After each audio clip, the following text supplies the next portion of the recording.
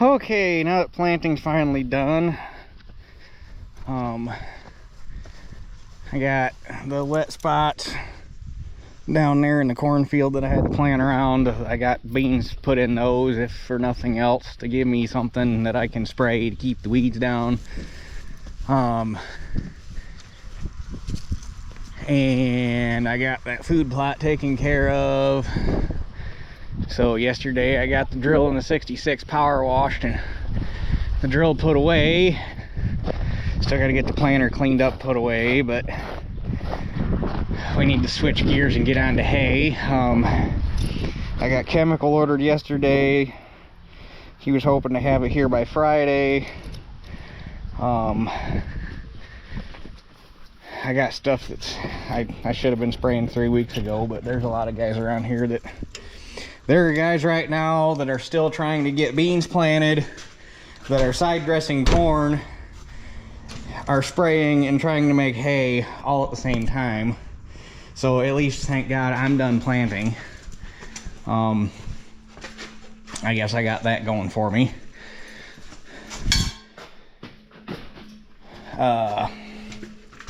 But yeah, everybody and their brother's behind on spraying, and last week didn't help because we really didn't have any good, last couple weeks actually really haven't helped. We haven't really had any good spraying weather because it's been windy, like windy. Beautiful weather, it's just been windier than heck.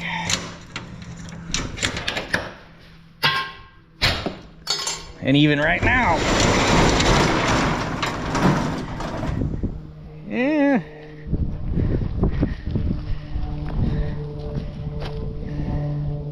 you could probably be spraying right now. You'd probably be all right. You'd be iffy.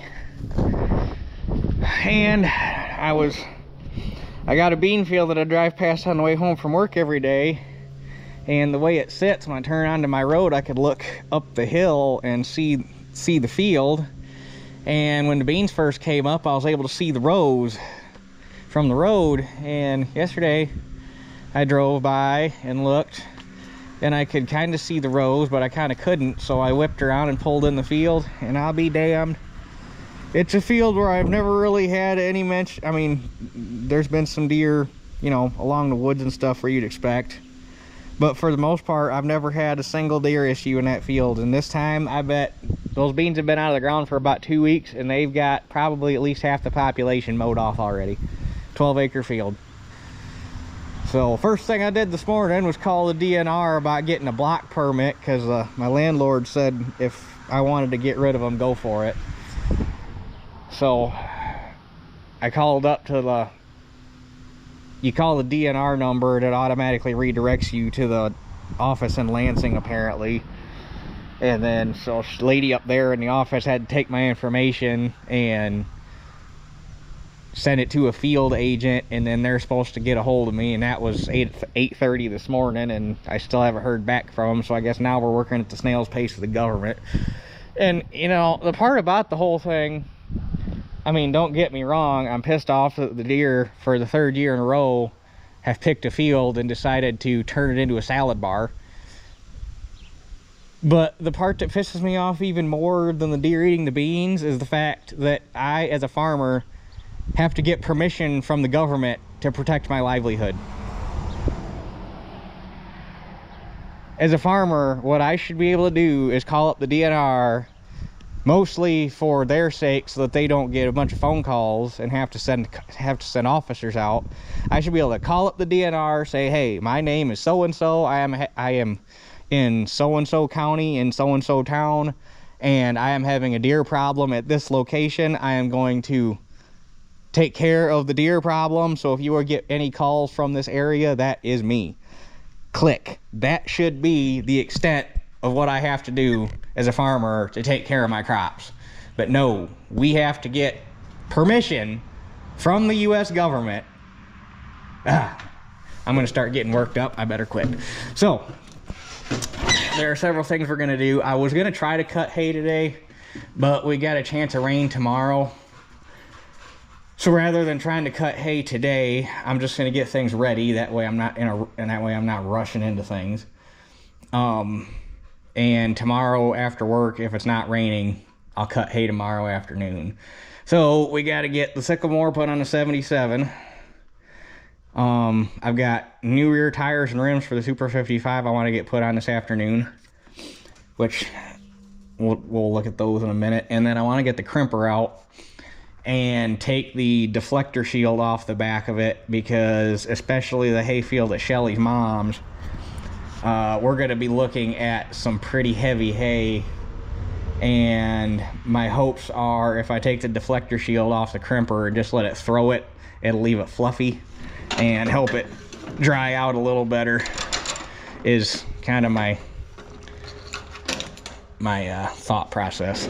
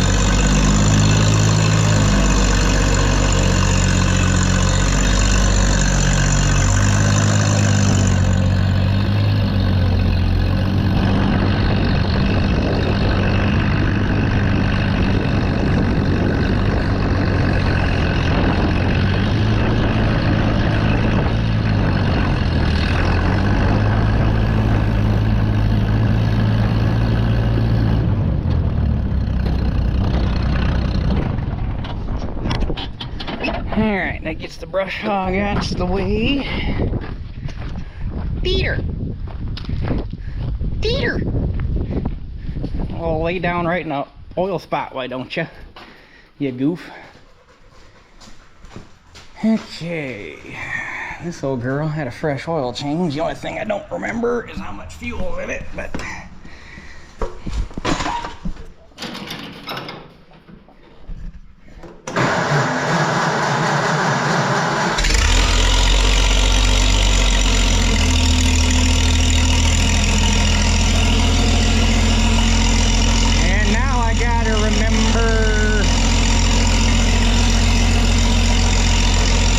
which drawbar hole I gotta use.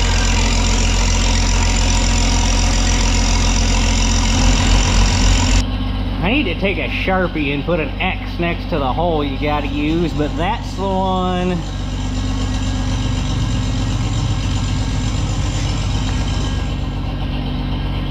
That looks like the one with the fresh washer mark in it.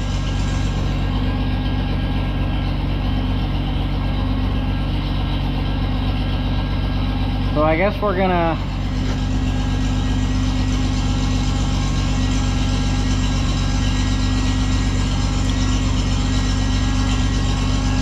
yeah, but that one's got a fresh mark too. Alright, I'm just gonna go look at the dang book. Alright, according to the book, it is indeed that hole. I just need to remember to do something to mark it. That way I don't forget again.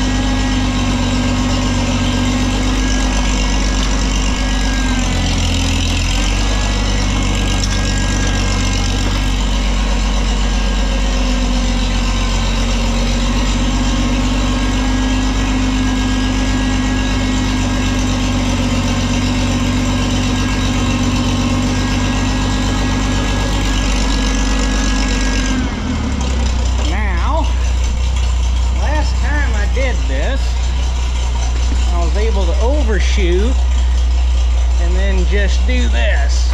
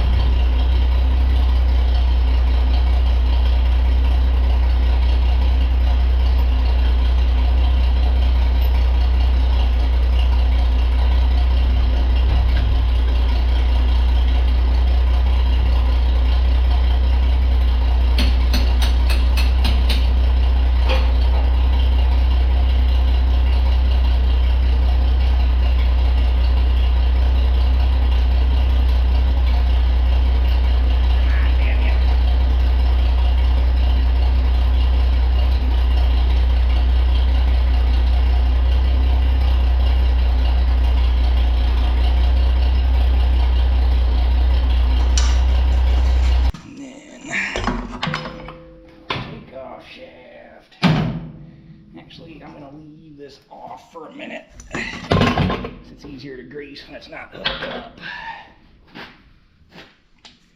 And then, remember to mark my hoses. That's down, that's up.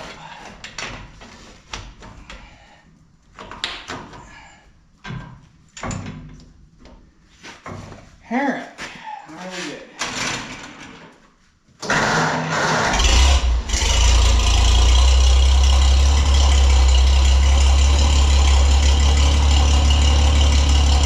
Alrighty, just gotta go down and grease it, tighten the drawbar bolt,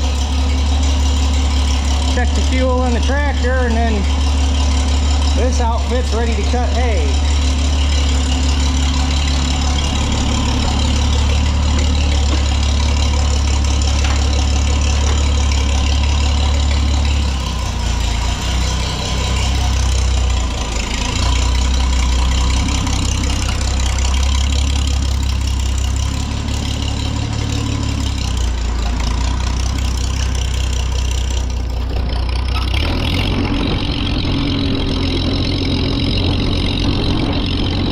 Alright,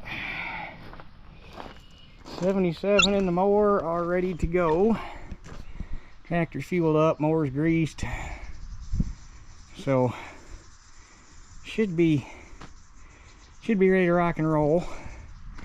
And now for these guys, brand new 14.928 Carlisles. They are a touch taller and a touch wider. It's got 13, the Super 55's got 13.638s on it right now. And I went with the 14.9s for two reasons. One, I was able to get brand new 12-inch rims from, well, they're not brand new, but they have very little use on them because they were takeoffs off of a tractor. Got rims for free, 12 inchers, because it's got 10s on it now. And 14.9s were damn near $100 a tire cheaper than 13.6s. Okay, and I guess there's three reasons. And I figure going to a 14.9 gets me a little taller road gear, a little more clearance underneath the drawbar for raking, a little more flotation since we're working on hay ground. Plus I think it'll make it look a little beefier. Hopefully they look decent on it. Normally when you see 14.9s on a Super 55 or a 550, they're 26s. But they aren't too much terribly. I think the ones that are on it now are probably like right here. And these are gonna squat a little bit because the sidewalls have to pooch out to get to the 12-inch rim.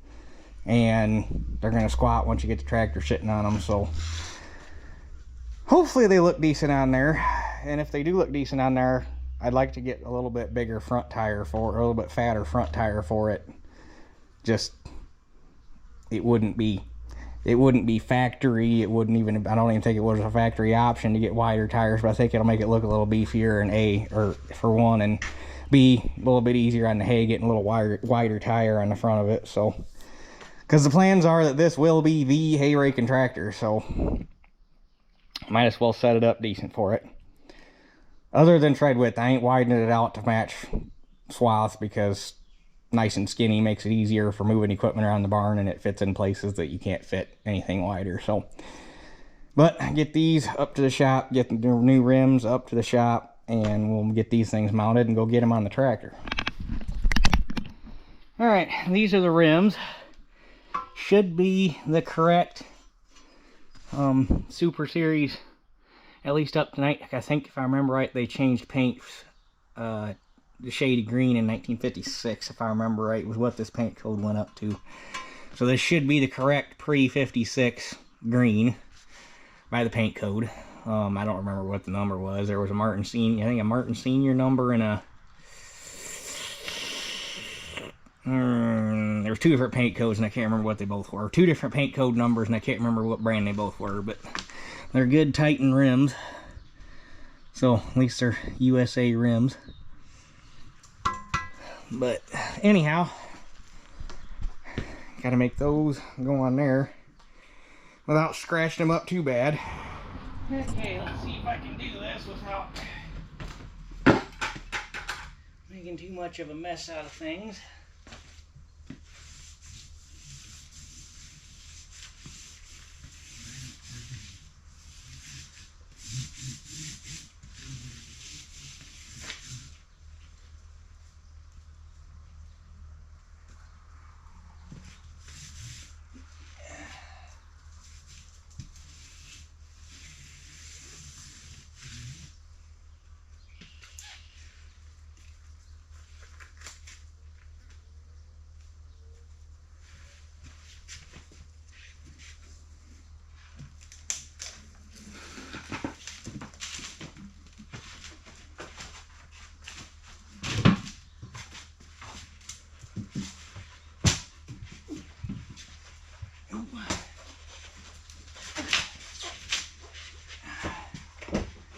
So close to not even needing the irons.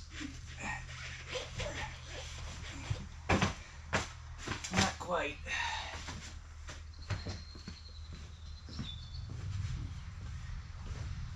I did put electrical tape over the ends, so hopefully that helps some.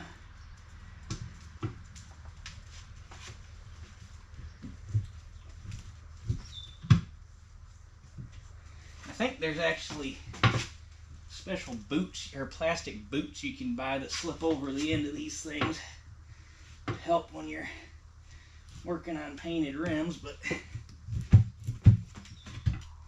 we don't got any of that fancy stuff. Oh, just go, you bastard. You're right there.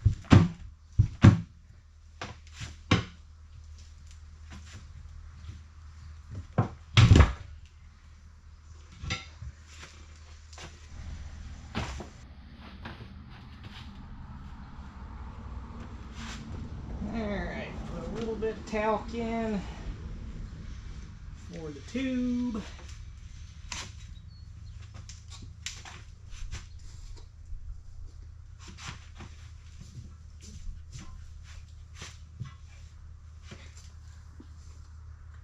This is the messy part. What are you barking at? Ruff. Ruff.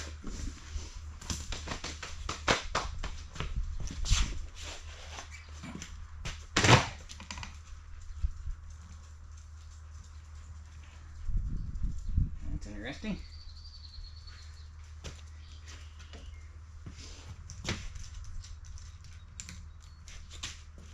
At least these are Carlisle tubes. I don't see. Just have to look on the bag. I don't. Carl Star, since I guess Carlisle. I don't know if they got bought out or changed their name. I didn't look, but at least they send them with a brass nut for the valve stem instead of those cheap plastic ones that break.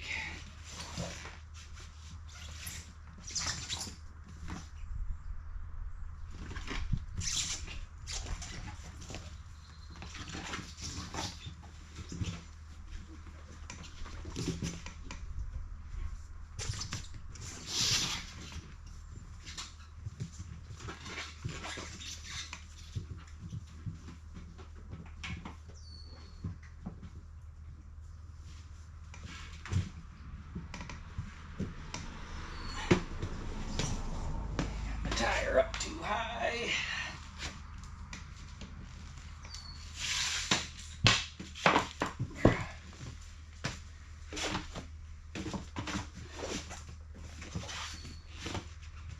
I might mention that this is a lot easier when the tires are on the or when the rims are on the tractor.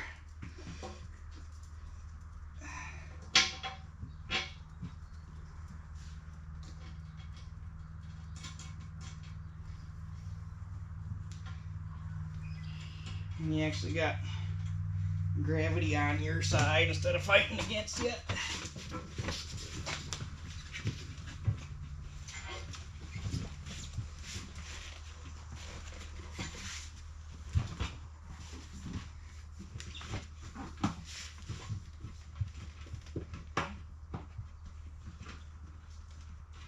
Okay.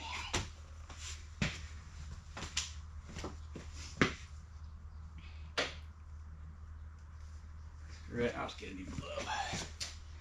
Actually, screw it, I'll just use my hand.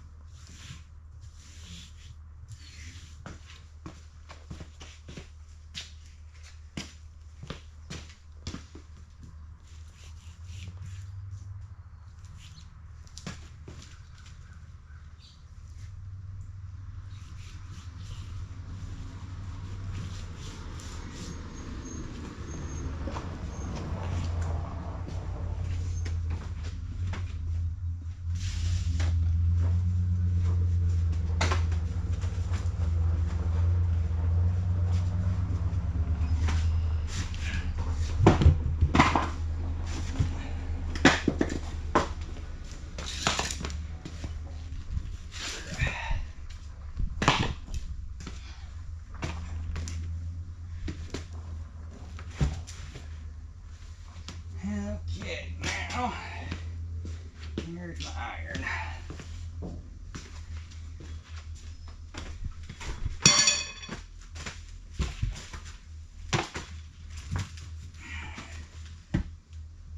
Ah, dang it. Over the edge, come on.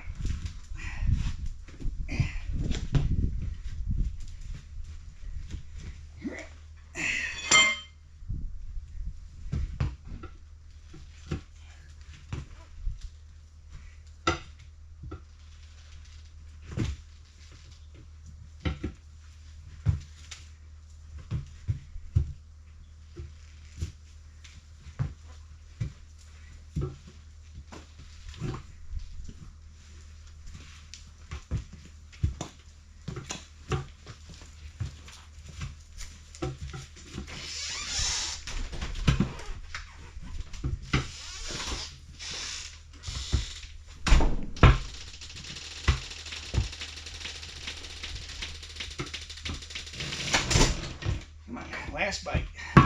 Sweet.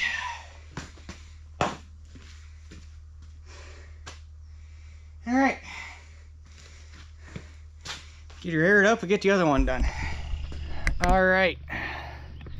Tires are mounted up. I went ahead and washed the rims off with some soap and water because they were kind of between the dust from the talc and the slime from the tire mounting compound. They were a little scuzzy. So now I guess we can go see if we can get them mounted. Alright, so I don't know if I've ever actually directly showed this or not, but this is why we gotta replace the rims. I don't think the other one's as bad, but it's getting there. And this rim's got silver on it, so this one's actually been replaced once before.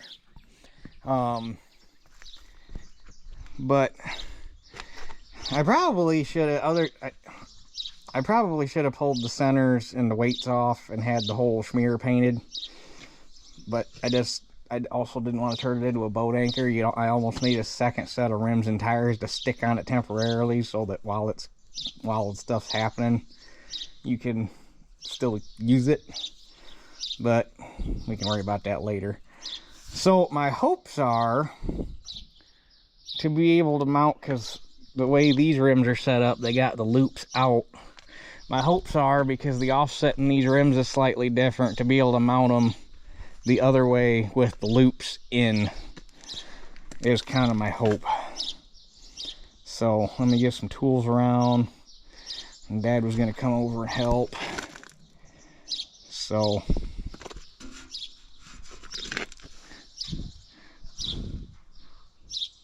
hopefully we can make it fit and kind of maintain the same tread width-ish.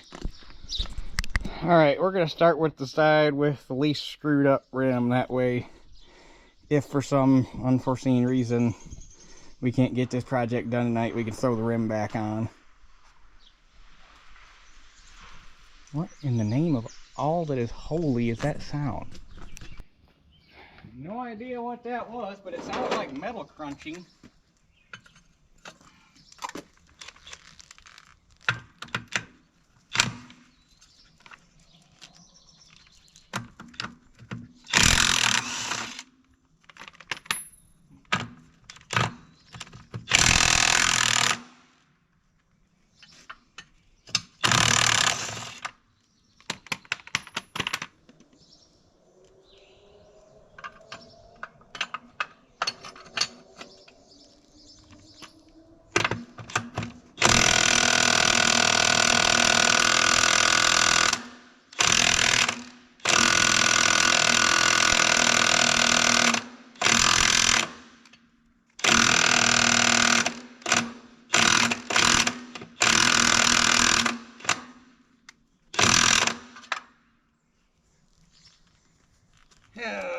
gotta start off difficult already, huh?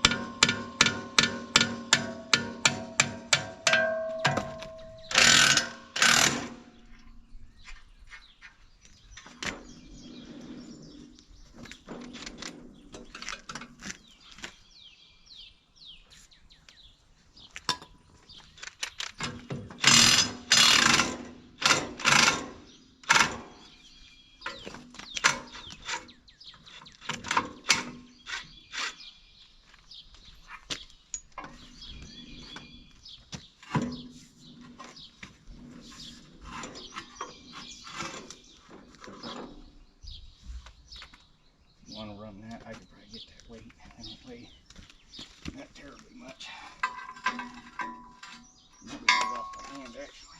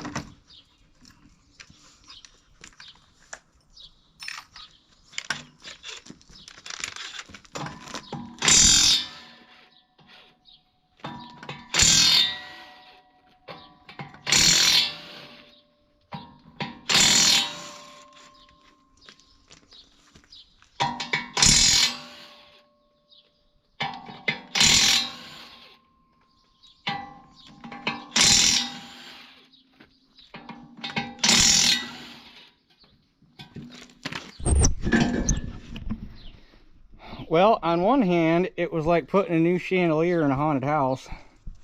But on the other hand, that made her look a fair bit more presentable. It got a little, just a touch wider, which the way those tires come up to the crown of the fender is not necessarily a bad thing. But yeah, it picked the back end up significantly, which is partly what I wanted, was to get that belly up so that it wouldn't drag hay.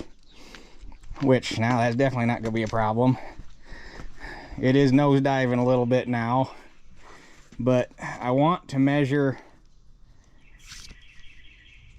Those are 616s on the front.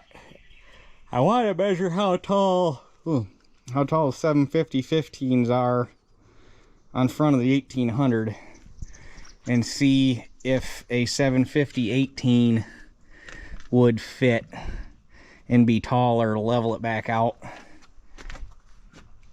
I think it'd look pretty good with some fatter meats on the front now. But I really wanted to get this. Oh, the other thing, we ended up reusing the bolts that came with the rims and centers that I got, and I completely forgot that one rim had 2 bolts missing, so we got to get two more carriage bolts to finish putting this rim all the way together tomorrow. But details. Where was I going? Oh, the biggest reason I wanted to get this done was that one rim with it was rusted all the way through, and you could poke your finger through and see tube. I was really worried that we were going to be out raking, either we were going to be out raking hay with it, or it was going to be just sitting here in the barn, and that tube was going to decide to let go, and I'd either have a big dead spot in a hayfield that's not going to grow anything for 10 years, or I'd have chloride blown all over everything in the barn, because the 1955 did that when right after we first put the 38s on it, so 38s were loaded when we got them. Actually, they were loaded until I put the new deep treads on there. But anyway, it had a rotten tube, and it was just overnight. I forget what, this has been so long ago, I forget what I'd been doing with it, but it was just sitting in the barn overnight. Luckily, it had the duals on it, but the tube on the right side inner, because it was parked facing in the barn, the tube let go, blew chloride all over the steel rack. Luckily, it obviously didn't empty the whole tire, because once the pressure let loose, it set down and put full weight on the dual, and the dual held it up, so lucky on that. But chloride went down the floor drain in the barn, killed the yard outside the barn, killed part of the neighbor's yard. Like I said, chloride all over the steel rack, so the steel, half the steel in the rack got rusty where the chloride was. It just, so get them sketchy things off of it, get these on there. It needed new tires anyhow, because those were shot. So definitely, I like the way those look on there. Those look good. Might at some point bust the hubs loose and slide them in just a wee bit to get them, but we'll see. Need to get the front axle straightened out and get the new axle on it, and get the kingpins rebuilt and all that fancy stuff, so that the front axle matches and isn't so whopped out. But anyway, so we'll get this out of the way. Excuse me. And the last thing I got to do, or want to get done today, so that we're all ready to cut hay tomorrow, if the opportunity allows, is to get we got to get the crimper out of here, so that I can get that deflector off the back, and we'll just get it thrown on the 66 and park it in the other barn for tonight. Okay, I guess first thing I need to do is back the Mini out.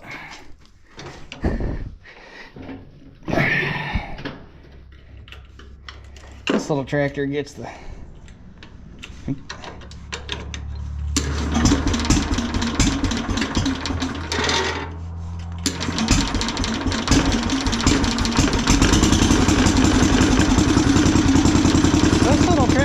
quite a bit of use, mostly doing garden chores, but it's handy to have around.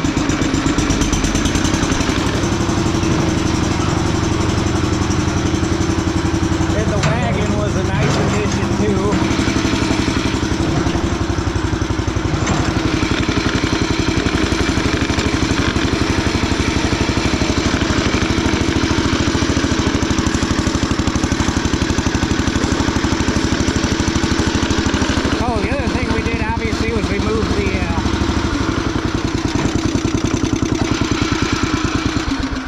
Move the wheel weights to the inside of the wheels, because I think they look better that way. Almost thought about leaving them off, but I was like, working on some of them hills and stuff that I got hay on, it might not be a bad idea to just leave them wheel weights on there.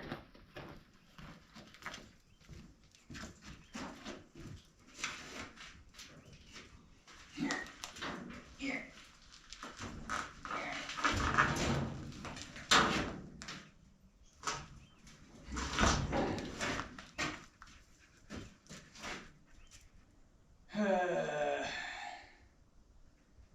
remember this being a chore.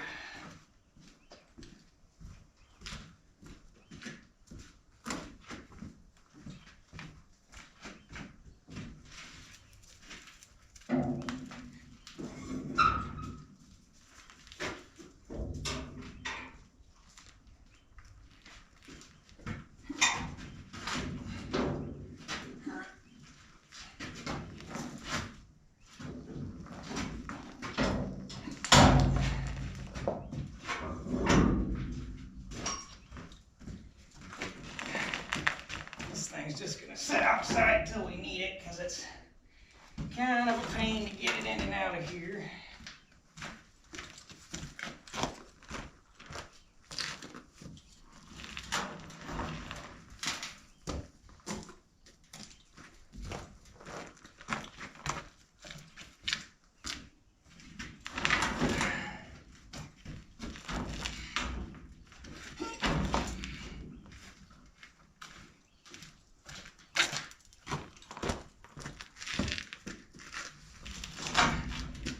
Turn, you bastard.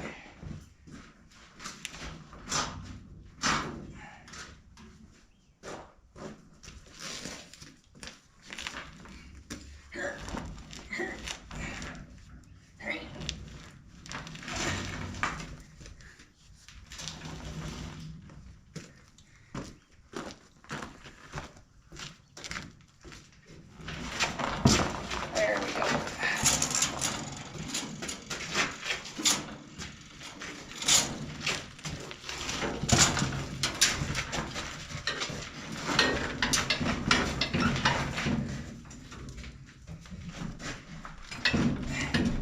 Thing's technically wider than the door, so you gotta hit it just right.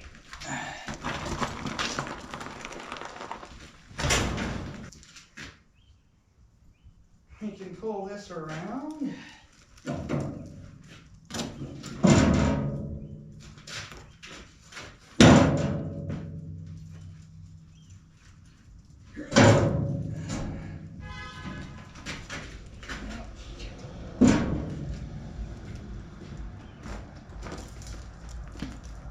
Oh, okay.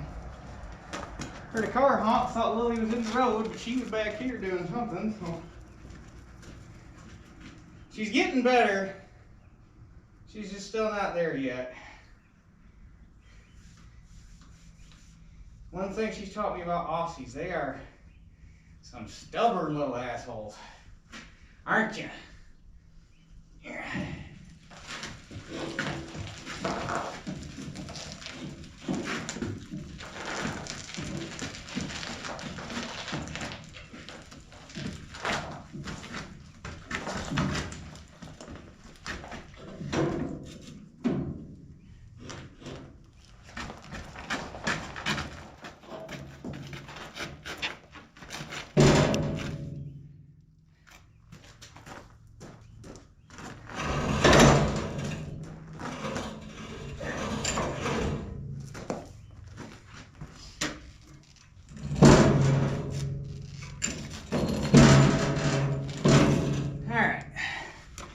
Go grab the 66.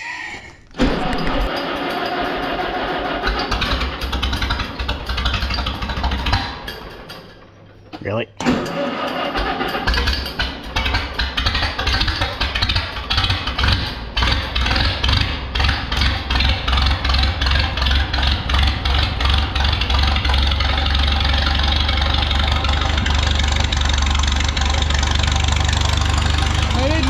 Super duper great bath because I knew I was going right back to work, but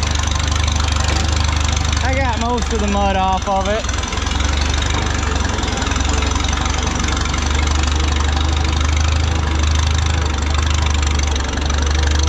I need to tighten my exhaust pipe up. It's got a lean going to it.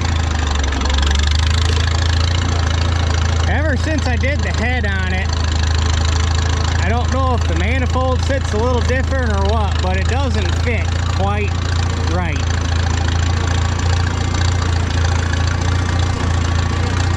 So it's been a struggle keeping it tight, and I don't fully understand why.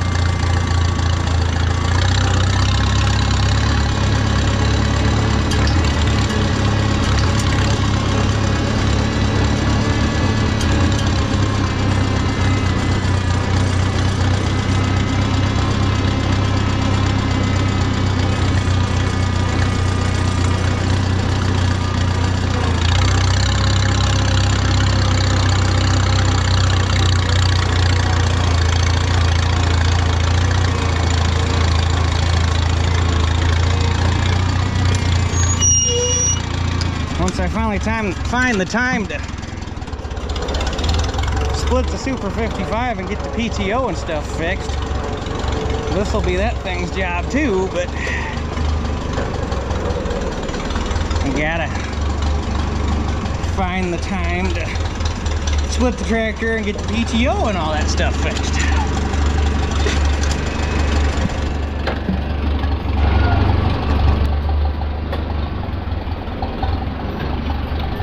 This is the one thing you do not manhandle out of the barn, except things heavy enough to run. No clue why, the camera just glitched out on me right there. And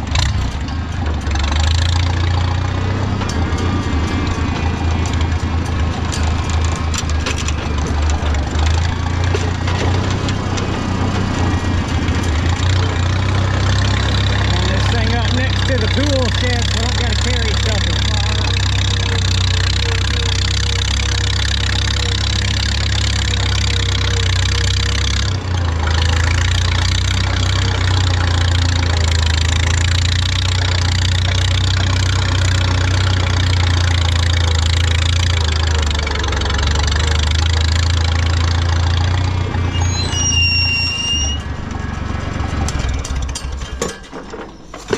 Alright, so to take this thing off, you got 2 pins on either end, 2 3/8 bolts, and 2 1/2-inch studs. So and the pins don't really come out until you get the bolts out.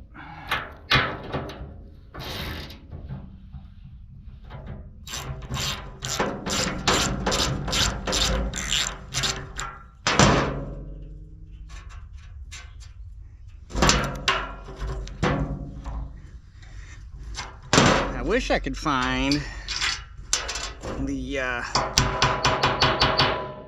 apparently those are welded in. I wish I could find the windrowing wings for this thing, but I have called Maybaugh with the original part numbers to see if there was any just by chance sitting in Parts Warehouse, new old stock, because sometimes they'll surprise you. No such luck that way. And I tried contacting the Floyd County Museum about possibly getting the blueprints for them to try to recreate them, and no such luck in that route, because they didn't get a whole lot from the Shelbyville plant. So basically, if I'm gonna find a set, it's gonna have to come down to getting lucky and finding a set off of a parts crimper is what's probably gonna have to happen.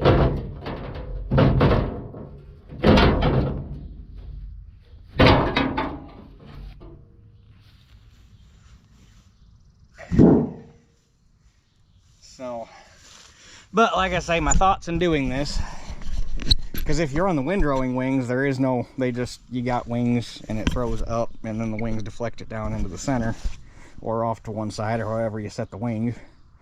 But my thoughts in doing this is in the heavier hay, instead of hitting it or throwing it up with a deflector and then shooting it right back down on the ground, this will kind of loft it and hopefully fluff it up. And since I don't have a tedder, I might actually run it over twice, maybe. We'll see. If it doesn't want to dry down, I might do it once right behind the mower and let it sit for a day and then do it again, but we shall see. But anyway, I just got to grease it real quick and then this will be ready to go. If it fits, it ships for a low flat rate. So basically all I got left, the rake needs grease, which I'd do tonight, but I'm running out of daylight too fast, and the baler needs greased, and I think it's still got twine in it. Hopefully the mice haven't got into it, otherwise I got new twine down here. But other than that, we should just be able to turn the key and go tomorrow. So I guess with that being said, I'm gonna go in and get cleaned up and get me some dinner. So that's it for this one. I'll catch you guys on the next one.